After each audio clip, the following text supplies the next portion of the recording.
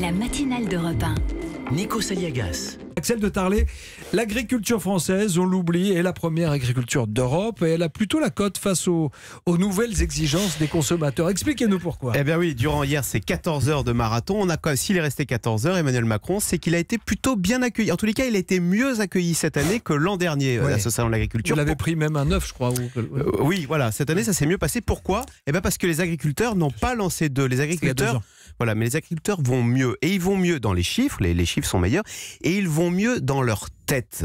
Pourquoi ?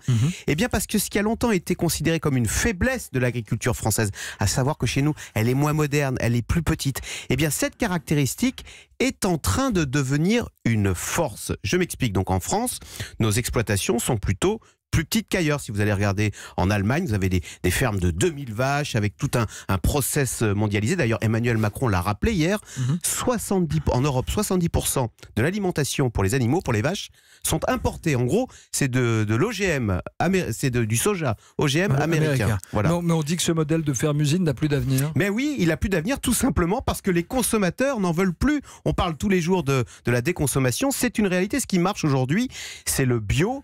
C'est le local. D'ailleurs, les enseignes de grande distribution l'ont parfaitement compris. Elles jouent à fond cette carte du bio, du local. C'est même ridicule. Je vous ai trouvé alors les grands slogans à la mode. On va pas faire de la pub, mais enfin, donc Leclerc nous parle de nos régions ont du talent. Chez Casino, c'est le meilleur d'ici. Alors le slogan le plus caricatural, c'est celui de Monoprix. Je sais pas si vous l'avez remarqué. C'est Made in pas très loin. Vous voyez.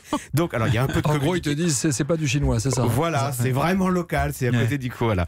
Alors il y a de la communication là-dedans, mais peu importe. En tous les cas, il faut bien un moment que la réalité soit raccord avec cette communication. Donc vous voyez, on va vers ça tout simplement parce que c'est ce que veut le consommateur qui à la fin impose ses vues. Mais ça progresse même, si vous regardez dans les cantines scolaires, il y a la loi qui s'en mêle maintenant. D'ici 2022, les cantines scolaires ont obligation, alors je vous lis, d'inclure une part significative de produits venant de circuits respectant l'environnement ou l'agriculture biologique. La France est bien placée sur le créneau bio ou pas ? Alors écoutez, je ne vais pas vous répondre. Je vais demander à The Economist, donc magazine anglais qui adore bâcher la France, comme on dit, qui a passé au crible 67 pays dans le monde, 67 modèles agricoles, et figurez-vous que le modèle français a été élu numéro 1, modèle le plus durable du monde, parce que on tient compte du gaspillage un peu, et on respecte l'environnement. Les économistes citent également cette volonté de sortir du glyphosate. Alors bien sûr, ce sera difficile et compliqué, mais vous voyez, on va vers ça.